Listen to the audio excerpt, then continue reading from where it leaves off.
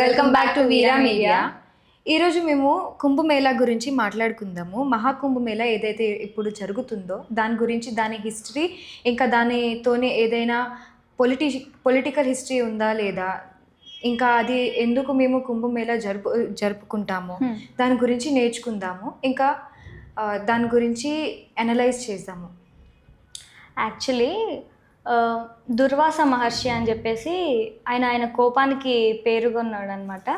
ఆ మహర్షి ఒకసారి దేవతల రాజు అయిన ఇంద్రుడికి ఒక మాల ఇస్తాడనమాట వరంగా. మాల ఇస్తే ఇంద్రుడికి కొంచెం అహంకారం ఎక్కువ అనమాట. సో అతను ఆ మాలని తన వాహనమైన ఐరావతం పైకి విసిరేస్తాడనమాట. విసిరేస్తే ఐరావతం ఏనుగు కాబట్టి అది తొక్కేస్తుంది ఆ మాలని. అయితే ఇంకా దుర్వాస మహర్షికి కోపం వస్తుంది అనమాట. అంటే తను వరంగా ఇచ్చిన మాలని తన వాహనానికి కాళ్ళ కింద వేసాడు ఇంద్రుడు అని చెప్పేసి కోపం వస్తుంది దుర్వాస మహర్షికి. అయితే శాపం ఇస్తాడు. ఏమని, మీ మీ దేవతలు ఏవైతే ఉన్నాయో మీ దేవతల దగ్గర, అంటే ఈ ధనం కానీ ఈ పవర్స్ కానీ అన్నీ కోల్పోతారు అని చెప్పేసి శాపం ఇస్తాడు. అట్లా అయ్యేసరికి ఇంకా దేవతలందరూ శాప విమోచనలు అవుతారు అండ్ అన్నీ పోతాయి అన్నమాట వాళ్ళ దగ్గర నుంచి. వాళ్ళ పవర్స్ పోతాయి, వాళ్ళ ఏమంటారు వాటిని, ధనం కానీ వాళ్ళకి ఏమున్నాయో అవి అన్నీ వెళ్ళిపోతాయి వాళ్ళ దగ్గర నుంచి. సో వీళ్ళందరూ కలిసి విష్ణువు దగ్గరికి వెళ్తారు. మహావిష్ణువు దగ్గరికి వెళ్తే విష్ణువు వీళ్ళిప్పుడు వీళ్ళందరికీ సేవ్ చేయాలంటే ఒకటే మార్గం అన్నమాట. ఎందుకంటే ఇప్పుడు వీళ్ళు ఇట్లుంటే ఏమవుతుంది, అక్కడ ఆల్రెడీ రాక్షసులు వీళ్ళని ఓడించేసి మొత్తం కబ్జా చేసుకొని కూర్చుంటారు అనమాట. ఇక్కడ స్వర్గలోకం భూలోకం మొత్తం రాక్షసుల రాజ్యం అయిపోతుంది ఈ పాటికి. ఇదంతా అయ్యేసరికి ఇంకా దేవతలందరూ కలిసి వెళ్తారు విష్ణు దగ్గరికి.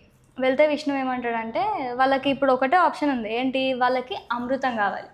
అమృతం వస్తే ఏంటంటే వీళ్ళ పవర్స్ వీళ్ళకి మళ్ళీ బ్యాక్ వచ్చేసిన తర్వాత మళ్ళీ వీళ్ళు రాక్షసులని కొంచెం అణిచివేయచ్చు అని చెప్పేసి వాళ్ళు అనుకుంటారు. అయితే ఇప్పుడు అమృతం ఎక్కడి నుంచి కావాలి అంటే పాల సముద్రంలో ఉంటుంది. సో పాల సముద్రాన్ని చిలకాలి అని చెప్పేసి వేస్తారనమాట ప్లాన్. తర్వాత ఇంకా సముద్రం అంటే అది పాల సముద్రం చాలా పెద్దది కాబట్టి దాన్ని చిలకడానికి చాలా నార్మల్గా అయితే అవ్వదు కాబట్టి వాసుకి తాడులాగా ఇంకా ఒక కొండను పెట్టేసి చిలకడం స్టార్ట్ చేస్తామని చెప్పేసి అనుకుంటారు. కానీ వీళ్ళకి ఓన్లీ దేవతలే చేయలేరు అనమాట ఆ పనిని. అయితే రాక్షసులు కూడా కావాలన్నమాట దానికోసం. సో రాక్షసులు దేవతలు అందరూ కలిసి ఒక ఒప్పందానికి వస్తారు. ఎందుకంటే ఇప్పుడు వాళ్ళకు కూడా ఉంది, వీళ్ళకి కూడా ఉంది ఏంటి, బెనిఫిట్స్. సో ఇద్దరు చేద్దామని చెప్పేసి అనుకుంటారు. అయితే వాసుకిని తాడులాగా యూజ్ చేసుకుంటారు. తోక సైడ్ దేవతలందరూ పట్టుకుంటారు, ఇంకా ముఖం సైడ్ ఏమో రాక్షసులు అందరూ పట్టుకుంటారు. యాక్చువల్గా అక్కడ కూడా కొంచెం ఒక చిన్న ట్రిక్ ప్లే చేసి వాళ్ళని మొహం సైడ్ పట్టుకునేలాగా చేస్తారు. ఎందుకంటే మొహం సైడ్ ఉంటే విషం కక్కుతుంటుంది పాము కాబట్టి ఆయన కూడా చిన్న ట్రిక్ ప్లే చేసి రాక్షసులని అటు సైడ్ వెళ్ళేలాగా చేస్తారు అనమాట, దేవతలకు ఏం కాకుండా. సో చిలుకని ట్రై చేస్తారు. కానీ ఆ కొండ ఏదైతుందో అది కొంచెం బ్యాలెన్స్ అవ్వదన్నమాట. బ్యాలెన్స్ అవ్వనప్పుడు అప్పుడు విష్ణు వస్తారనమాట. ఏంటి, మన కూర్మావతారంలో వచ్చి ఆ బండ కింద అదే కొండ కింద ఉండేస్తే అది బ్యాలెన్స్ అవుతూ ఉంటుంది అనమాట. రౌండ్ ఉంటుంది కాబట్టి ఇట్లా అంటే మన ఇంకా దానికి ఒక ఫిజిక్స్ ఉంది, అన్నిటికీ ఫిజిక్స్ ఉంది యాక్చువల్లీ మన హిస్టరీస్కి తెలుసుకుంటే మనము. సో అలా చిలుకుతారు. చిలికిన తర్వాత ఫస్ట్ వీళ్ళందరూ బాగా హ్యాపీ అవుతారు ఫస్ట్ ఆఫ్ ఆల్. ఎందుకంటే అమృతం వస్తుంది, ధనం వస్తుంది అని చెప్పేసి వీళ్ళు హ్యాపీ అవుతుంటారు. కాకపోతే వీళ్ళకి తెలియదు ఏంటంటే అందులో నుంచి హాలాహలం వస్తుంది ఫస్ట్. హాలాహలం అని చెప్పి అంటే అది పాయిజన్ అనమాట. బ్లూ కలర్లో ఉంటుంది పాయిజన్. హాలాహలం అంటే అది వచ్చేసరికి మెల్లిగా పాకిపోతుంటుంది అనమాట అది విషం. అయితే ఇంకా ఈ దేవతలకి ఇంకా ఏం చేయాలో అర్థం కాదు. ఇంకా ఏమీ దిక్కు లేనప్పుడు శివుడే దిక్కు అన్నట్టు శివుడి దగ్గర కూరుకుంటూ వెళ్ళిపోతారు అనమాట. వెళ్ళిపోయి వేడుకుంటే ఇంకా శివుడు హాలహలాన్ని తాగేస్తాడు. అందుకే ఆయనని నీలకంఠుడు అంటారు. ఓకే, అయితే ఈ 4 ప్లేసెస్ అని డిఫరెంట్ ప్లేసెస్లో కుంభమేళా జరుగుతుందని చెప్తారు. అదే 4 ప్లేసెస్ గురించి చెప్పగలుగుతారా మీరు? అదే ఇప్పుడు ఈ హాలాహలం వచ్చిన తర్వాత తర్వాత చాలా చాలా వస్తాయి అన్నమాట. ఇది మన వీళ్ళకి ధనం కానివ్వండి, వజ్రాలు కానివ్వండి, ఇవన్నీ ఫస్ట్ వస్తాయి, చిన్న చిన్నవి ఫస్ట్. తర్వాత మన కామధేను వస్తుంది. కామధేను అంటే ఆవు, తెలుసు కదా మీకు. ఆ కామధేను వస్తుంది. తర్వాత అదని ఇదని వస్తాయి. తర్వాత మన ఇది ధన్వంతరి మహర్షి అన్నమాట. ధన్వంతరి అని చెప్పేసి ఆయన ఒక ఫిజిషియన్. ఆయన ఒక కుంభాన్ని పట్టుకొని వస్తాడు, అంటే ఒక కుండని పట్టుకొని వస్తాడు. ఆ కుండలో అమృతం ఉంటుంది అన్నమాట. ఇప్పుడు వీళ్ళకి తెలిసిపోయింది కదా. సో ఆ ధన్వంతరి ఫిజిషియన్ అనమాట, ఆయన వస్తాడు ఆ కుండని పట్టుకొని, కుండ లోపల అమృతము అది తీసుకొచ్చి ఫస్ట్ విష్ణువుకి ఇస్తాడు. విష్ణువుకి ఇస్తే విష్ణువు ఏం చేస్తాడంటే అది మన ఇప్పుడు దేవతలకి గురువైన బృహస్పతికి ఇస్తాడు అనమాట. బృహస్పతికి ఇస్తే వీళ్ళు ఏం చేస్తారు, ఇంకా దేవతలు రాక్షసులు అసురులు కొట్లాడడం స్టార్ట్ చేస్తారు. ఎందుకంటే అందులో నుంచి ఏ వచ్చినా కూడా సమానంగా పంచుకోవాలని అనుకుంటారు. అయితే ఫస్ట్ వీళ్ళు ఏమనుకుంటారు అంటే ఫస్ట్ వచ్చింది రాక్షసులకి, సెకండ్ వచ్చింది అసురులకి అని చెప్పేసి అట్లా విభజించుకుంటారు అనమాట. అయితే ఫస్ట్ వచ్చింది హాలాహలం. ఇంకా వాళ్ళు ఏం చేయలేరు కాబట్టి శివుడే తీసుకున్నాడు. అది ఇప్పుడు రాక్షసులను తీసుకోమనడానికి కూడా వాళ్ళకి అది అక్కడ పాసిబుల్ అయ్యే థింగ్ కాదు, ఎందుకంటే అది వ్యాపించిపోతుంది. అవును, అసురులకి ప్రమాదమే. అట్లాంటిది దేవతలు సేఫ్ ఉంటారంటే అట్లా కూడా ఉండరు. సో ఫస్ట్ వచ్చింది రాక్షసులకు పోవాల్సింది అయినా కూడా అది శివుడి దగ్గరికి వెళ్ళిపోతుంది అనమాట. సెకండ్ వచ్చింది వీళ్ళకి, థర్డ్ వచ్చింది వాళ్ళకి, అట్లా టర్న్స్ అవుతున్న తర్వాత అది అమృతం అనేది దేవతల టర్న్కి వస్తుంది. కానీ ఇప్పుడు వీళ్ళు ఒప్పుకుంటారా? ఒప్పుకోరు. ఎందుకు? వాళ్ళకి చిన్న చిన్న రౌతులు ఇస్తే ఊరుకోరు కదా, వాళ్ళు ఊరుకోరు. సో వాళ్ళు ఇంకా కొట్లాడడం స్టార్ట్ చేస్తారనమాట. అయితే ఈ కొట్లాట, ఈ గుంజుకోవడం ఇదంతా ఏదైతే ఉందో యుద్ధం, ఇది 12 days నడుస్తుంది. ఓకే, వాళ్ళకి 12 days నడుస్తుంది. అయితే ఈ అంతా చేస్తుంటే అప్పుడు ఒక 4 drops కింద పడతాయి అన్నమాట. ఓకే, ఫస్ట్ పడేది ఫస్ట్ డ్రాప్ పడింది ప్రయాగ్రాజ్లో, తర్వాత హరిద్వార్లో, ఉజ్జయిన్లో, ఇంకా మన నాసిక్లో పడ్డాయి అన్నమాట. అందుకే ఈ భూమిపైన ఈ 4 drops పడ్డాయి కాబట్టి ఈ ప్లేసెస్ని చాలా డివైన్ ప్లేసెస్గా హిందువులు భావిస్తారనమాట. అందుకనే అక్కడ కుంభమేళా చేయడానికి అదే రీజన్. సో ఇక్కడికి తర్వాత వద్దాము, ఫస్ట్ ఈ స్టోరీ కంప్లీట్ చేసేద్దాం. ఓకే, అయితే ఇక్కడ ఏమవుతుందంటే తీసుకుంటారా 12 days అయిపోతుందా, అయితే ఇంకా వినరనమాట. వినకపోయేసరికి ఇంకో ఆప్షన్ లేక విష్ణువు మోహిని అవతారం మోహిని అవతారం ధరించి వస్తారనమాట. కొంచెం రాక్షసులకి కొంచెం మళ్ళీ ట్రిక్స్. విష్ణు అంటే తెలుసు కదా, మాటలతో మాయ చేసేస్తారు. సో కొంచెం మాయ చేసేసి వాళ్ళకి కొంచెం ఆగేలాగా చేసి దేవతలందరికీ అమృతం పోస్తుంటారనమాట. అయితే అప్పుడు ఒక రాక్షసుడు మాత్రం అర్థం చేసుకుంటాడు ఇది ట్రిక్ అని చెప్పేసి. సో దేవతల్లాగా వేషం వేసుకొని డిస్గైజ్డ్ అయ్యి వెళ్ళి అతను కూడా అమృతం తీసుకుంటాడు. తీసుకోగానే అప్పటికి విష్ణువుకి తెలిసిపోతుంది. అంత తెలిసిపోయిన తర్వాత అతని శిరస్సు ఖండించేస్తారనమాట, తలకాయ నరికేస్తారు. ఆయన కూడా అప్పటికే అమృతం గొంతులోకి వెళ్ళిపోయింది కాబట్టి తల బ్రతికే ఉంటుంది అనమాట. సో తల శరీరం వేరైనా కూడా ఆయన బతికే ఉంటాడు. అతన్నే రాహుకేతు అంటాం. సో ఇది అనమాట స్టోరీ. తర్వాత అమృతం దేవతలు తీసుకెళ్ళిపోతారు, వాళ్ళకి మళ్ళీ వాళ్ళ పవర్స్ బ్యాక్ వచ్చేస్తాయి. తర్వాత ఈ రాక్షసులని మళ్ళీ స్వర్గలోకా నుంచి పంపించేస్తారు. మళ్ళీ అంతా ప్రశాంతంగా అయిపోతుంది. తర్వాత ఇప్పుడు ఇక్కడికి వద్దాం, భూమిపైకి. అయితే కుంభమేళా ఎన్ని సంవత్సరానికి ఒకసారి జరుగుతుంది? యాక్చువల్ అయితే 12 yearsకి ఒకసారి జరుగుతుండే అప్పటి నుంచి అయినా కూడా. ఎందుకంటే అప్పుడు 12 days జరిగింది కదా వాళ్ళకి యుద్ధం.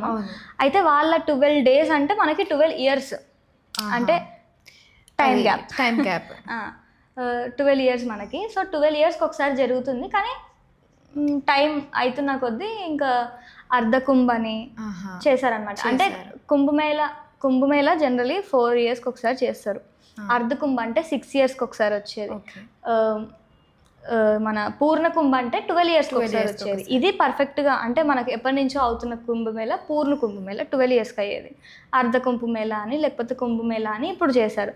అయితే ఈ మహాకుంభమేళా ఏంటంటే ఈ పూర్ణ కుంభమేళాలు 12 అయినప్పుడు మహాకుంభమేళ. ఓకే. అంటే 12 సార్ ఇంకా 144 144 ఇయర్స్కి ఒక్కసారి వచ్చేది మహాకుంభమేళ. మహాకుంభమేళ. అది అసలు మన తాతలు చూసిరో చూడలేదో తెలియదు, మన మనమళ్ళు కూడా చూస్తారో చూడదో తెలియదు. మనం మాత్రం మనకి చూసే అదృష్టం దొరికింది. అసలు పుణ్యం చేసుకున్నామని చెప్పాలి. పుణ్యమే. పుణ్యమే ఆబ్వియస్. టీవీలో చూడడమైనా లేకపోతే లైవ్ చూడడమైనా అది ఒక పుణ్యమే. ఎందుకంటే ఇప్పుడు వెళ్ళకపోయినా కూడా ఈ జనరేషన్ లో అయితే ఉన్నాం కదా, అది జరిగిన టైంలో ఉన్నాం. అంతే, అది హ్యాపీ విషయం మనందరికీ కూడా. ఓకే. సో ఈ కుంభమేళ ఏదైతే ఉందో ఇప్పుడు ఇది ఏ డేట్స్లో జరుగుతుంది? దీనికి ఏమైనా స్పెసిఫిక్ డేట్స్ ఉన్నాయా, లేదా ఇది అట్లనే జరుగుతూ ఉంటుందా? అంటే ఇది స్టార్ట్ అయ్యేది మనకి భోగి రోజు, అంటే పోష్ పౌర్ణిమ ఆ రోజు స్టార్ట్ అవుతుంది. ఆ రోజు main day. Next day Makar Sankranti, ఇది కూడా మెయిన్ డే అనమాట. ఓకే. తర్వాత మౌని అమావాస్య రోజు ఈ నాగసాధువులు ఎవరైతే ఉంటారో వీళ్ళందరూ మౌనం పాటిస్తారనమాట, మాట్లాడరు. సార్థక్స్ ఎవరు మాట్లాడకుండా ఉంటారు. ఇంకా వాళ్ళు మహాస్నానం చేస్తారు. మౌని అమావాస్య రోజు ఇట్స్ అ హోలీ డిప్, మహాస్నానం చేస్తారు. ఎక్కడ సంగమం దగ్గర మహాస్నానం చేస్తారు. తర్వాత వచ్చేసి మన బసంత పంచమి, ఆ రోజు మన సరస్వతి మాతకు పూజ చేస్తారు. ఇంకా వీళ్ళు ఎల్లో కలర్ డ్రెస్సెస్ వేసుకొని తనకి రెస్పెక్ట్ లాగా అట్లా చేస్తారనమాట. నెక్స్ట్ వచ్చేసి మన మాఘ పౌర్ణిమ, ఆ రోజు పూర్వీకులకి అంటే యాన్సెస్టర్స్ ఉంటారు కదా, వాళ్ళ కోసం ప్రార్థన చేస్తారు. తర్వాత ఇంకా లాస్ట్ డే వచ్చేసి మహాశివరాత్రి ఇంకా the great knight of Shiva, ఆ రోజు ఎండ్ అవుతుంది అనమాట. కుంభమేళ ఆ రోజు విన్నాము. ఆ రోజు లాస్ట్ బాత్ కూడా ఆ రోజు అవుతుంది. సో ఈ కుంభమేళతో రిలేటెడ్ చాలా పొలిటికల్ బ్యాక్గ్రౌండ్ విన్నాము యాక్చువల్లీ. ఇంకా చాలా పాస్ట్ ట్రాజెడీస్ ఉన్నాయి, డిజాస్టర్స్ ఉన్నాయి. ఇంకా దీని బ్యాక్గ్రౌండ్లో చాలా బ్యాన్స్ కూడా అయినాయి. సో దీని విషయంలో మీరు ఏమైనా చెప్పగలుగుతారా? ఇది యాక్చువల్లీ బిగ్గెస్ట్ థింగ్ అయినదేమో 1954లో. ఓకే. ఇది మనకి ఇండిపెండెన్స్ తర్వాత ఫస్ట్ కుంభమేళ అనమాట, మహాకుంభమేళ. సో ఇక్కడ నెహ్రూజీ ఉన్నారు అప్పుడు, ప్రైమ్ మినిస్టర్గా నెహ్రూజీ ఉన్నారు. అయితే ఇది ఏం జరిగిందంటే అప్పుడు ఒక చిన్న ఇది యాక్చువల్లీ నెహ్రూజీ కప్పి పెట్టేసిన ఒక సీక్రెట్ అని చెప్పొచ్చు. ఓకే. ఏమైందంటే మౌని అమావాస్యకి 2 రోజుల ముందు ఏం చేశారంటే, అప్పుడు కొలెరా వ్యాక్సిన్స్ నడుస్తున్నాయి అనమాట. సో కొలెరా వ్యాక్సినేషన్ ఆపేసేసరికి ఇంకా అందరు జనాలు మౌని అమావాస్య రోజు చేయాల్సిన మహాస్నానం కోసం అని చెప్పేసి బయలుదేరారు అనమాట. సో ఆసారి చాలామంది వచ్చారనమాట కుంభమేళ దగ్గరికి. వచ్చినప్పుడు ఈ మన నెహ్రూ గారు అండ్ ఆల్సో రాజేంద్ర ప్రసాద్ గారు కూడా మహాస్నానం కోసం అని చెప్పేసి వెళ్ళారు. ఓకే. అయితే ఆ రోజు వెళ్ళిన తర్వాత ఏమైందంటే, వీళ్ళు మన కాళీఘాట్ నుంచి వస్తుంటే నాగసాధువులు ఒక సైడ్ నుంచి వెళ్ళే క్రమంలో వీళ్ళు ఇక్కడ నుంచి వచ్చే టైంలో జనాలు చాలా హడిబిడి చేసేసరికి ఇంకా తొక్కిసలాటలో స్టాంపీడ్ అయిపోయింది. ఇంకా 1000 మంది దాకా చనిపోయారు. 1000 మంది చనిపోయారు. 800 మెంబర్స్ దాకా చనిపోయారు. అయితే ఇక్కడ ఏమైందంటే 800 మెంబర్స్ చనిపోయిన తర్వాత మేము విన్నాము 2000 కన్నా పైన ఇంజూర్ కూడా అయినారని. ఇంజురీస్ అయితే చాలా మందికి అయినాయి. చనిపోయిన వాళ్ళు అయితే 800 మెంబర్స్ దాకా చనిపోయారు. అయితే ఇక్కడ చిక్కు వచ్చింది ఏంటంటే, అప్పుడు గవర్నమెంట్ ఆఫీషియల్స్ కొంతమంది బెగ్గర్స్ చనిపోయారు అని చెప్పేసి మాత్రమే ఇచ్చారనమాట. అంటే ఒక క్లోజప్ లాగా క్రియేట్ చేసినారంట దీనికి. ఒక క్లోజప్ చేసేసి దీనికి ఓన్లీ కొంతమంది బెగ్గర్స్ మాత్రమే చనిపోయారు, ఇది పెద్ద విషయం కాదు, జరిగేదే నార్మల్ క్యాజువల్ థింగ్ అన్నట్టు క్యాజువాలిటీగా కౌంట్ చేసేసారు దీనికి. కానీ ఆ బాడీస్ అన్నిటినీ ఒక దగ్గర వేసేసి కాల్చేశారు. యాక్చువల్లీ కాల్చేశారు ఒక దగ్గర వేసేసి. అయితే దీనిపైన కొన్ని రోజుల తర్వాత మళ్ళీ మన జర్నలిస్టులు ఇప్పుడున్నంత ధైర్యం అప్పట్లో లేదు. ఎందుకంటే ఆబ్వియస్ రీజన్స్. ఇప్పుడైతే సోషల్ మీడియా ఉంది, ఈజీగా ఏ న్యూస్ అయినా కూడా ఈజీగా వెళ్ళిపోతుంది. అప్పుడు అలా లేకుండే కాబట్టి. అయితే వాళ్ళు కప్పి పెట్టించేసారు అనమాట గవర్నమెంట్ అఫీషియల్స్. అయితే తర్వాత మన ఎక్కడ అంటే మన ఒక ఆర్టికల్ ఎవరు రాసిరంటే ఎన్ఎన్ ముఖర్జీ అని చెప్పేసి ఒక పర్సన్. తను ఒక ఫోటోగ్రాఫర్, యాక్చువల్లీ ఒక బుక్ ఫోటో రాసిండని. యా, అతను ఒక ఫోటో జర్నలిస్ట్. సో అతను ఏం చేశాడంటే ఒక పేద అతనిలాగా వేషం వేసుకొని మా అమ్మమ్మ నాన్నమ్మ ఎవరో మా గ్రాండ్ మదర్ చనిపోయారు, నేను వాళ్ళని చూడాలి ఆఖరిసారిగా అని చెప్పేసి వాళ్ళని బతిమ్లా ఆడుకొని, పోలీసులని ఆఫీషియల్స్ని బతిమ్లా ఆడుకొని ఆయన ఆ ప్లేస్కి వెళ్ళారంట, ఎక్కడైతే మనకి ఇక్కడ కాల్ చేస్తున్నారు. అయితే అసలు అక్కడ చాలా దారుణమైన పరిస్థితి అని చెప్పేసి ఆయన చెప్పారు ఆయన టెక్స్ట్లో. సీక్రెట్గా ఫొటోస్ కూడా తీసుకున్నారని విన్నామండి. అదే ఆ ఫొటోస్ మళ్ళీ తీయించేశారనమాట. సో అసలు ఏమైందంటే ఆయన వెళ్ళి ఎత్తుకుతుంటే చూస్తుంటే ఒక ముసలావిడ ఆమె ఏడుచుకుంటూ కనిపించింది. అప్పుడే ఆయన చూస్తే అన్ని శవాలు కాలుతున్నాయి అనమాట. అదే కరెక్ట్ టైం అని చెప్పేసి ఫొటోస్ క్లిక్ చేసేసుకొని వచ్చేసి తర్వాత ఆయన ఈ టెక్స్ట్ అనేది రాశాడనమాట. రాసిన తర్వాత కూడా పొలిటీషియన్స్ ఆపేశారు దాన్ని.